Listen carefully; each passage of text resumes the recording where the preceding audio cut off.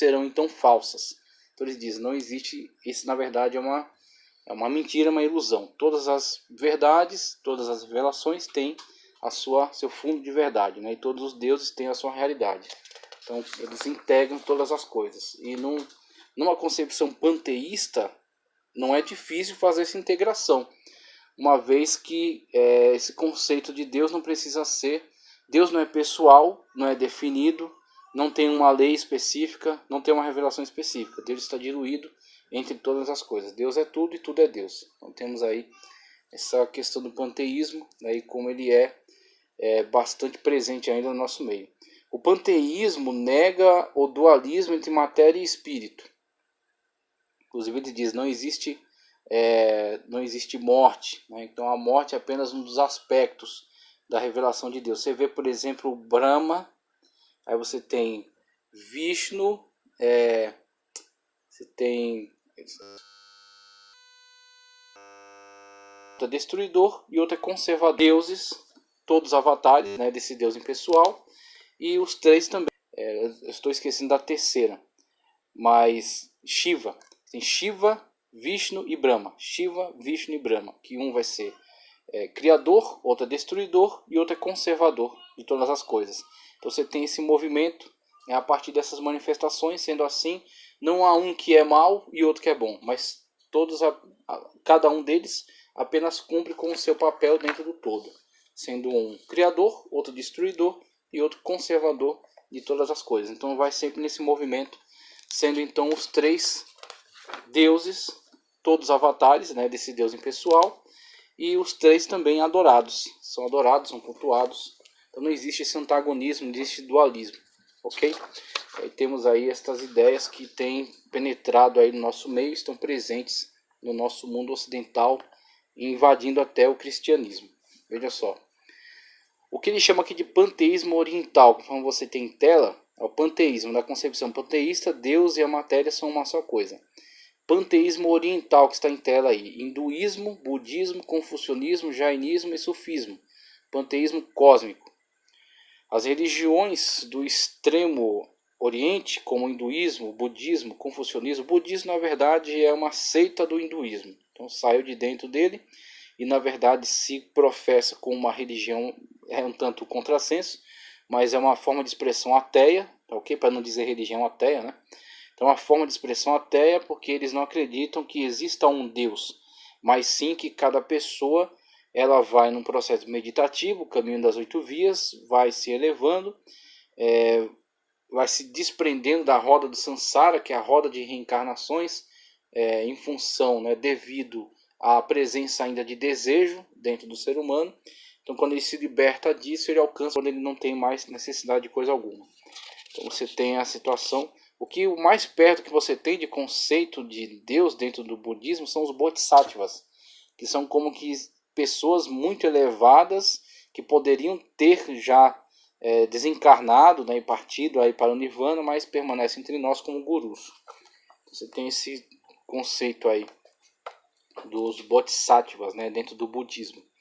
O confucionismo, que é um conceito filosófico, na verdade, Confúcio ele aproveita, né, de toda a tradição antiga, mas visando sempre a questão do aperfeiçoamento da sociedade, do bom funcionamento, né, da sociedade. Então ele, na verdade, é mais um filósofo do que um religioso.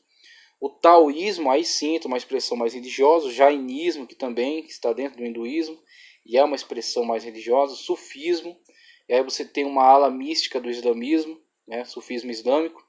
Aceitam Deus como a realidade da mente pura. Não obstante, nas variações entre essas formas de religião, há de encontrar-se um tipo de panteísmo acósmico, ou seja, que difere do cósmico, aquele que vê Deus no mundo, na matéria. A expressão panteísmo acósmico foi usada por Hegel, filósofo pai do idealismo alemão, para referir-se à sua forma de panteísmo. Então temos aí o cósmico, né, que na verdade se preocupa na análise acerca dessa expressão desse Deus impessoal dentro de todo o cosmos, de toda a criação. E para Hegel, na verdade, a expressão do panteísmo acósmico criado por ele, vendo as forças da matéria como sendo, na verdade, o próprio Deus. você parte daí para o materialismo. Porque você diz, não precisamos de um Deus pessoal. Não precisamos de um Deus que esteja sentado num trono, que seja transcendente, que esteja em algum lugar. E que tem leis e que vai voltar para julgar os homens. Na verdade, as próprias coisas são Deus. Então, a própria matéria é Deus. O átomo é Deus. As forças cegas da natureza são, na verdade, a expressão desse Deus panteísta acósmico de Hegel. Certo? E daí você parte para o degrau para o materialismo.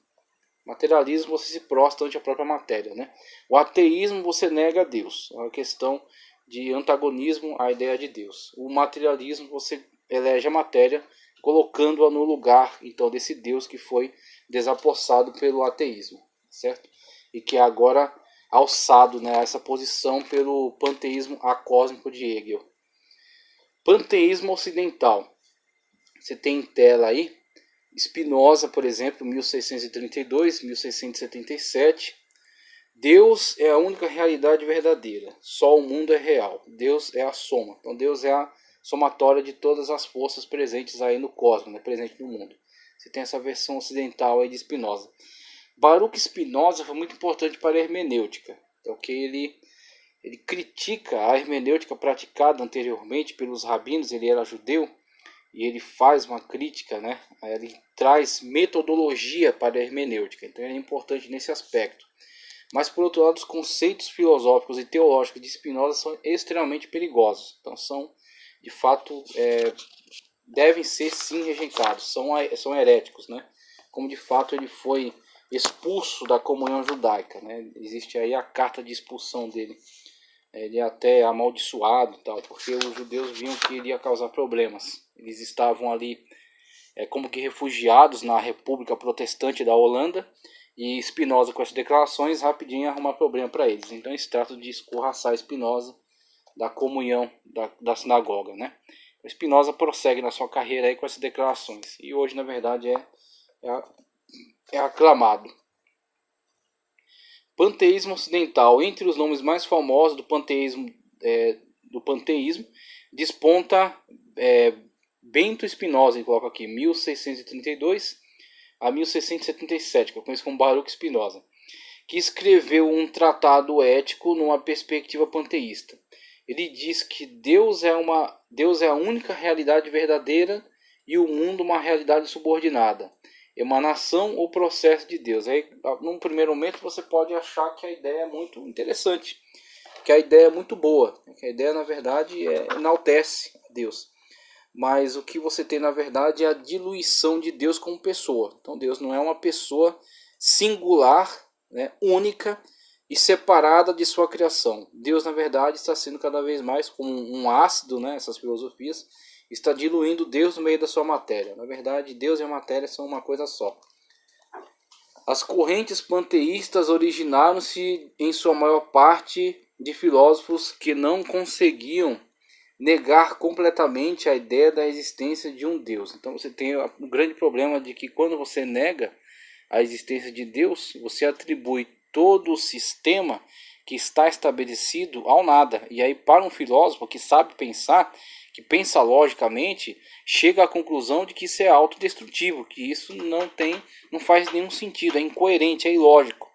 Então, uma vez que há um sistema, uma vez que há algo que funciona, não é caótico, há uma inteligência por trás dessa organização, que todas as coisas naturalmente tendem ao caos. Então, se há algo organizado, se há algo sistemático, há uma inteligência organizadora. Há o relógio, já ele pressupõe a ideia do relojoeiro.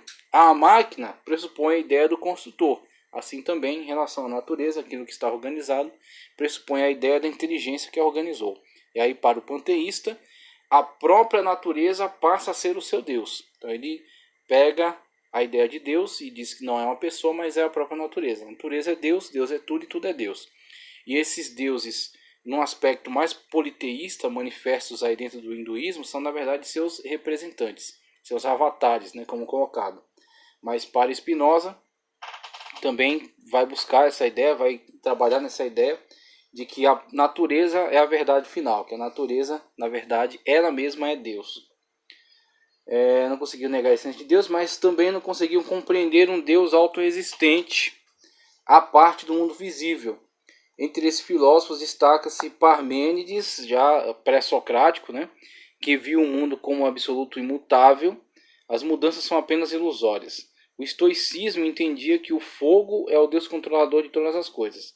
Para o estoicismo, fogo era a palavra, o logos, o mundo da razão. O logos é o fogo universal, age em ciclos, sendo cada ciclo marcado por um fim, recomeçando a seguir um novo ciclo. Já para o neoplatonismo, o logos tem outra função, emanações. Não há criação, mas emanações do logos. O panteísmo ilozoísta diz que todas as coisas são cheias de deuses. Na Idade Média, o panteísmo foi largamente difundido. Goethe, escritor alemão, 1749 a 1832, misturava o panteísmo ilozoísta, né, que diz que Deus está presente nessas coisas, por isso que elas cooperam para a organização. Então, Deus está como que dentro desses aspectos da natureza, né? Misturava o panteísmo ilozoísta com o panteísmo estoico, né, que pressupõe a ideia então de um elemento, sendo este elemento então a base para o movimento de todos os demais. Então, o fogo como elemento divino, né, movente, né, que dá força para o movimento de todas as coisas. Algumas culturas panteístas conviviam com as crenças em vários deuses. Estes estavam associados a diversos elementos da natureza, como é o caso das crenças pagãs que cultuam o sol, a lua, os astros, a água, o fogo, o vento, a vegetação, etc.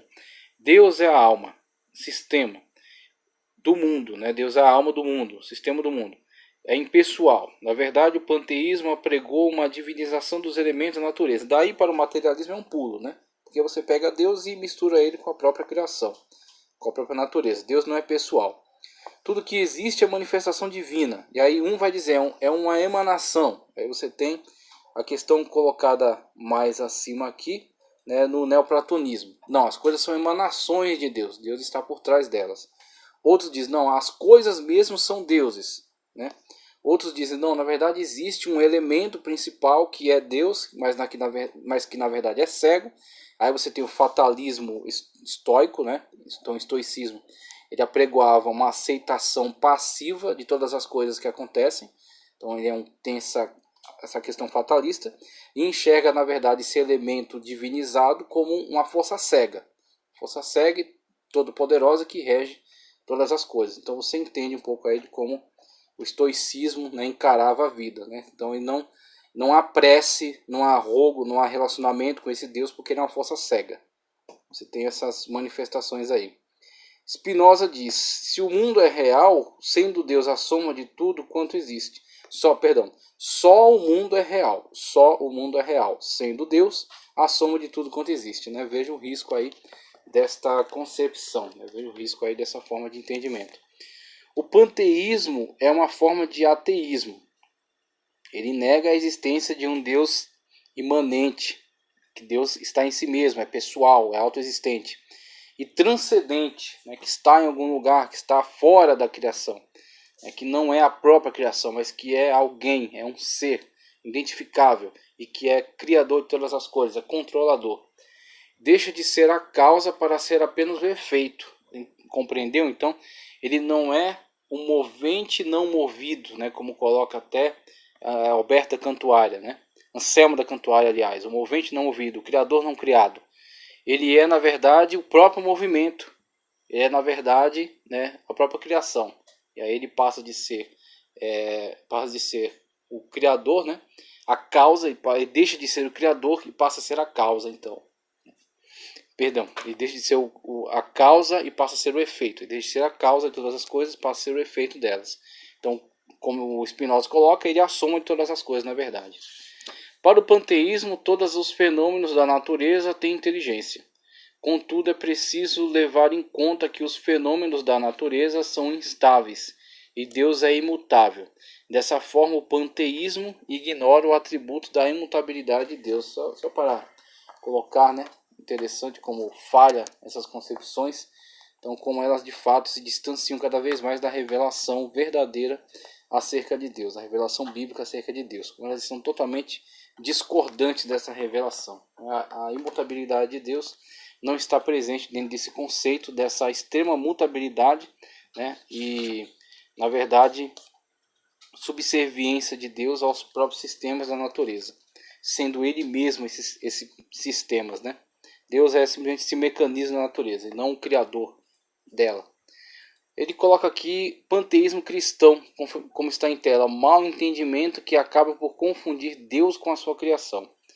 Panteísmo cristão, o que ele diz aqui? Embora não haja um panteísmo cristão formal, deve-se admitir que existe um panteísmo cristão sorrateiro, fruto da ingenuidade de alguns poetas e compositores, influenciados talvez por panteístas que atuam no mundo das artes, identificam Deus com a natureza, dizendo que Deus é a flor, Deus é a fonte, referindo-se a uma linda fonte de água, Deus é a luz, luz do sol, etc., subtraindo sua divindade e divinizando os elementos da natureza.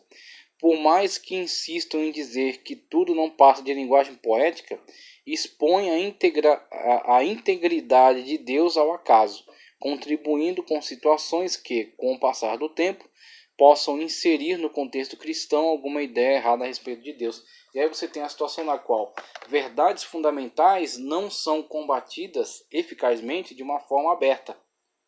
Verdades fundamentais vão sendo minadas ao longo de muito tempo, quiçá ao longo de séculos. Então, você não tem a incorporação de elementos pagãos no cristianismo da noite para o dia. Foi um processo de incorporação, de flerte, de sincretização, que foi trazendo para dentro do cristianismo elementos totalmente demoníacos e pagãos. Essa celebração desse Natal com uma árvore no meio da sala, que não tem nada a ver com a Sagrada Escritura. Essa Páscoa com coelho e com ovo. Isso não nasceu do dia para a noite. Né? Oração pelos mortos. Esse tipo de coisa não nasceu do dia para a noite. Foi sendo incorporado. Então estava presente num elemento pagão que foi sendo trazido para dentro do cristianismo. Mas para que pudesse haver como que uma conformidade, foi sendo aceito, foi sendo reinterpretado, tá certo? E quando você percebe, você está então paganizado. Você está misturado com esse tipo de crença, esse tipo de práticas que nunca esteve presente na sua crença original, no seu texto fundamental, na sua verdade, conforme revelada na Sagrada Escritura. Assim é onde ele faz essa denúncia do que ele chama aqui de panteísmo cristão. Tem que tomar cuidado nessa expressão. Dizer que é verdade poética é que nem uma pessoa que ofende a outra e diz que é brincadeira. Não, era uma brincadeira. Tá, mas a ofensa já foi dita. A pessoa já foi humilhada, a pessoa já foi perturbada com aquela ofensa. Dizer agora que é uma brincadeira não muda nada. Na verdade, o que tem que mudar é a ação da não ofensa, né? Da não agressão. É onde entra a questão de você respeitar os limites determinados pela Sagrada Escritura.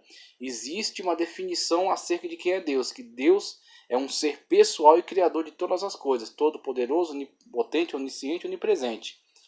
Ok? E que a sua criação é diferente dele. Então ele criou as coisas, ele é o autor de todas as coisas, ele é o autor da luz, ele é o criador das fontes das águas, ele é o criador de todo o cosmos. Então ele não é a luz, ele é o criador da luz, ele não é a água, ele é o criador da água.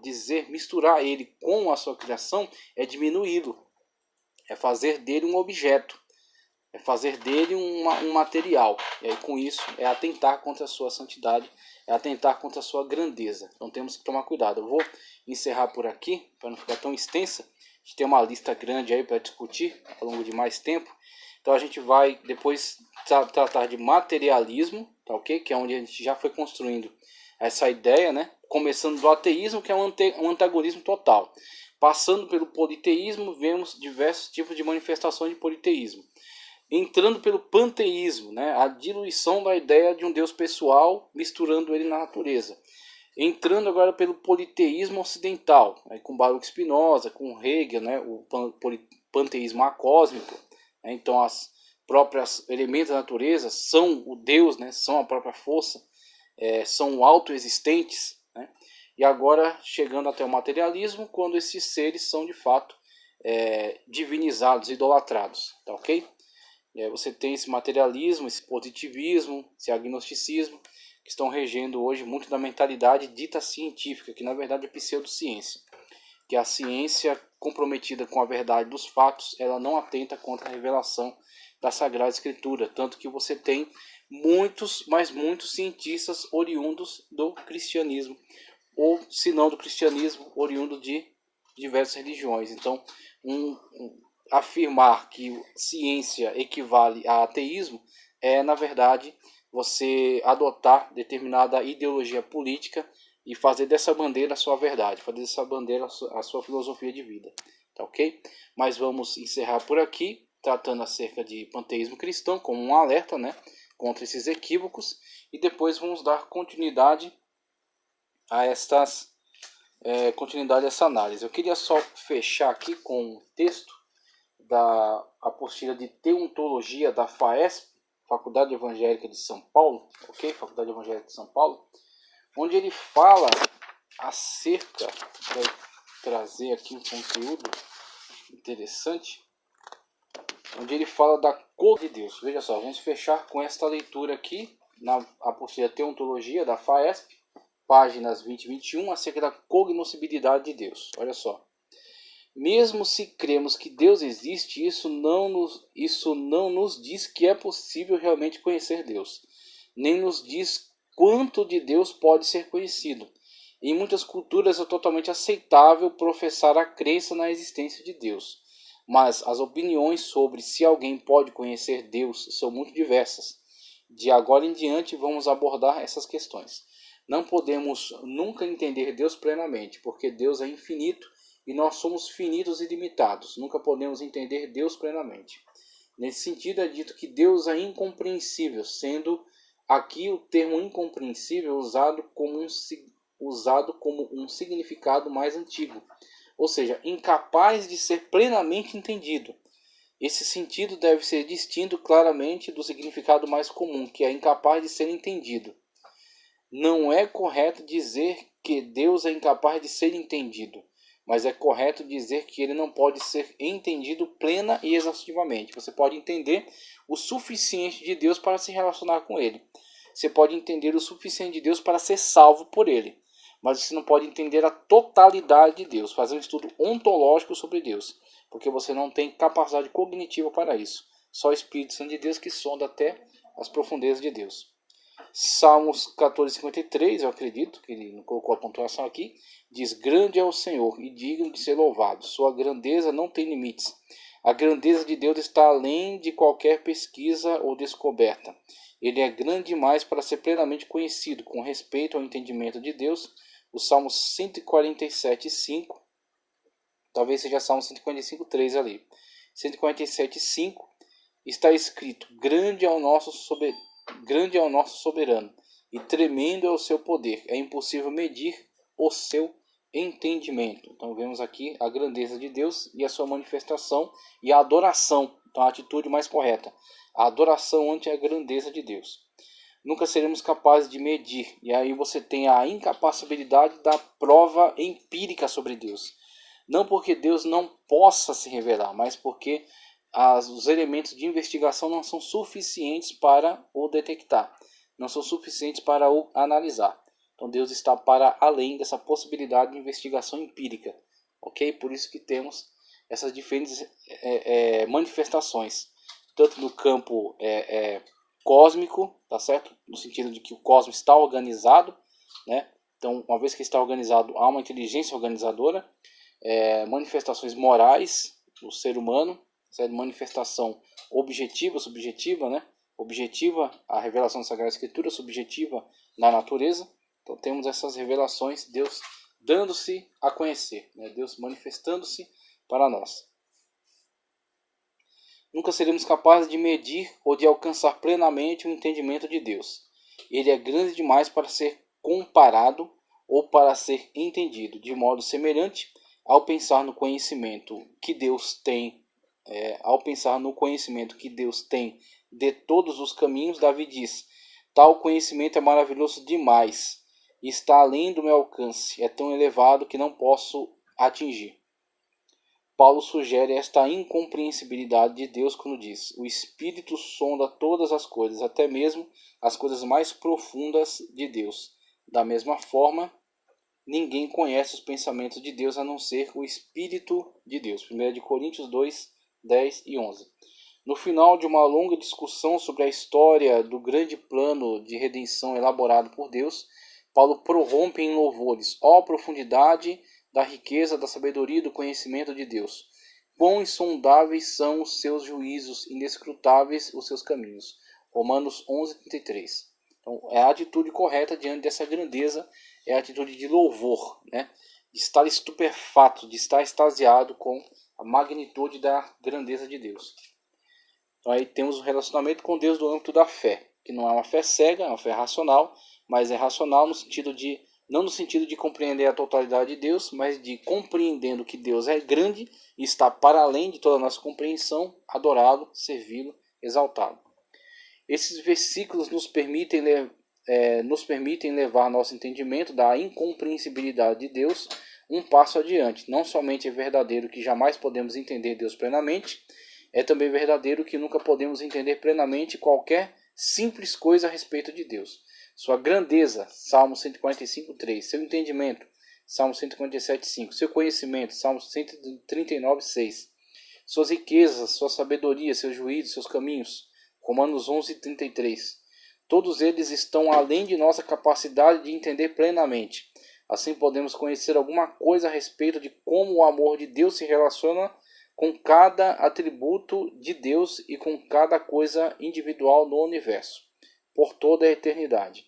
Mas não podemos nunca conhecer os atributos de Deus de modo completo ou exaustivo. Veja, João 3,16.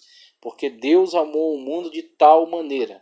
Qual é o tamanho do amor de Deus pelo mundo? De tal maneira. Qual é a medida de tal? Não é uma medida, não é algo mensurável, não é algo definido. Então Deus amou o mundo de tal maneira. Então foi um amor tão grande que foi suficiente para propiciar salvação a todos aqueles que creem. Veja o tamanho do amor de Deus. Essa doutrina da incompreensibilidade de Deus tem aplicação muito positiva para a nossa vida.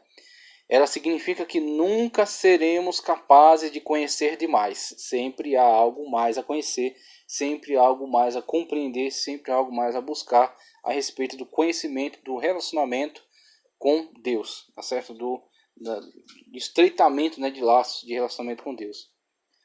É a respeito, pois nunca poderemos exaurir as coisas que temos de aprender dele. E dessa forma nunca nos cansaremos de ter prazer na descoberta infindável de sua excelência e da grandeza de suas obras extraordinárias. Encerro então aqui a nossa aula, tá certo? Falando acerca da cognoscibilidade de Deus, ou seja, é capaz de ser conhecido, né? Compreendido, é cognoscível, ok?